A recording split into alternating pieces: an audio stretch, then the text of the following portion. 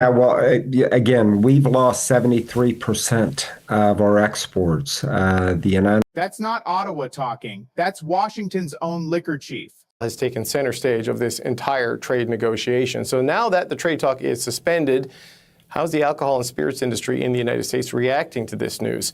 For that, we've reached Chris Swanger in Washington. He is the president and CEO of the Distilled Spirits Council of the United States. Afternoon, and then obviously the news broke. So this is devastating. It's been devastating for the U.S. distilled spirits industry over the last year and a half, as many of the provinces have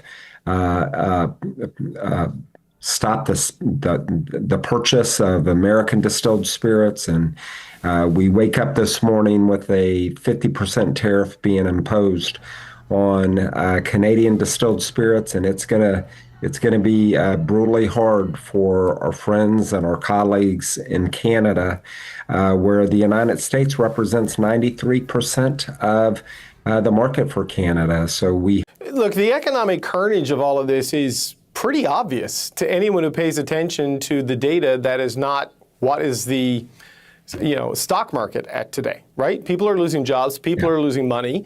Kentucky, Tennessee, a lot of the key distilling economies and states are getting absolutely hammered by this. So why is it, Chris Swanger, do you have any better insight as to why the U.S. administration just kind of doesn't see it that way? Because we keep hearing the president saying tariffs are making us richer and the economy is doing great, and that's just not what's happening. So when you apply a 50% tariff on that 500 plus million in revenue coming into the United States, it's going to be pretty devastating. And, we have felt the brunt of that pain, certainly on the U.S. side. And I think economic carnage is a good way to put it. And, unfortunately. So who actually pays for this? Start in bourbon country. Over the last year and a half here in the United States, great states like Tennessee and Kentucky, but even craft distillers all around the country have been hurting as a result of the provincial ban. And unfortunately, as a result of what happened yesterday. You're in. I mean, how much worse can it get for your industry in terms of job losses and maybe business closures? It's going to be significant because that 50% tariff applied on Canadian spirits coming into the United States will ultimately impact that American consumer that enjoys a great Canadian whiskey. It's going to impact the bartender. It's going to impact farmers. We have a saying, grain to glass. And here's the twist. Even Canada's Prime Minister says this industry got caught in the crossfire. Raise costs and reduce choice for Canadians. Reluctantly, because we recognize that some U.S. companies and some U.S. states are innocent bystanders in a dispute that they did not want. About our industry, the Canadian and American spirits industry thrives with no trade barriers, no tariffs, and open markets. So we have a saying, we want to compete on sip and taste. And the industry is NAFTA and USMCA. And unfortunately, our industry got kind of swallowed up in some of the broader issues. And we recognize, I got to stay in my lane, but recognize there's big issues related to dairy and autos and steel and aluminum. But our industry collectively is an unfortunate victim, and the pain's only going to get greater. Now, the administration has a real argument here. Let's give it uncut.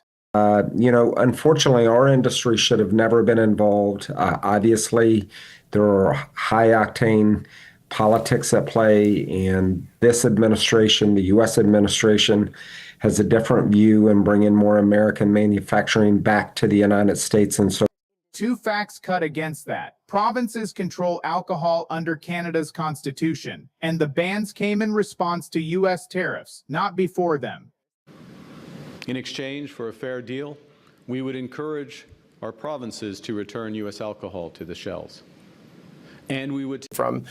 Do you get the brand loyalty back? Because people are mad. Even if this goes away, they've found other options, they've made decisions, and Canadians are seized with this on a level I don't think your day-to-day American necessarily is, right? I mean, do you think they'll start buying again, even if you get back?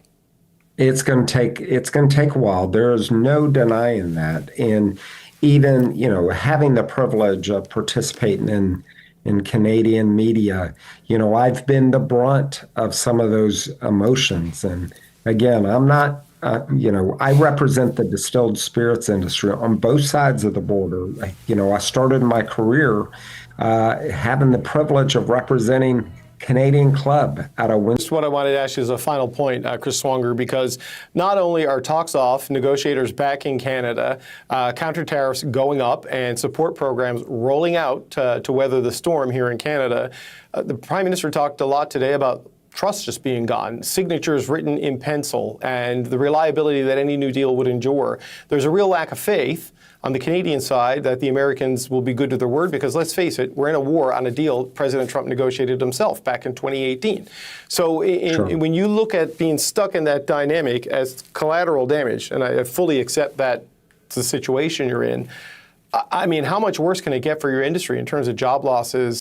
So it's going to be across the board pain. And please let me just convey, our industry here in the United States will continue to aggressively make the case to this administration, and the industry will do the same, I think, in Canada, to try to get this industry out of these broader issues. Because, I think at one point we were thought to be maybe a leverage point, and we're caught up in that whirlwind, and the economic pain is going to be significant for both countries.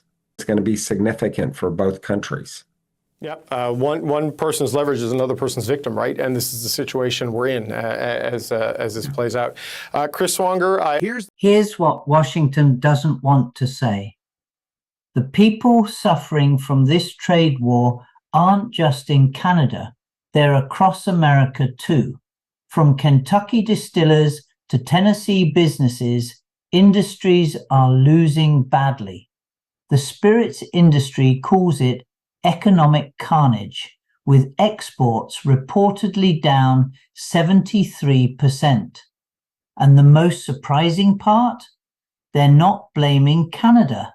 They simply want to compete in open markets again. Bringing manufacturing home may be a real goal, but crushing the customers who buy American products isn't the way to rebuild an industry. This could be a self-inflicted wound, and ordinary people on both sides may end up paying the price. What do you think? Should industries be used as leverage in trade wars? Comment below and subscribe for more analysis like this.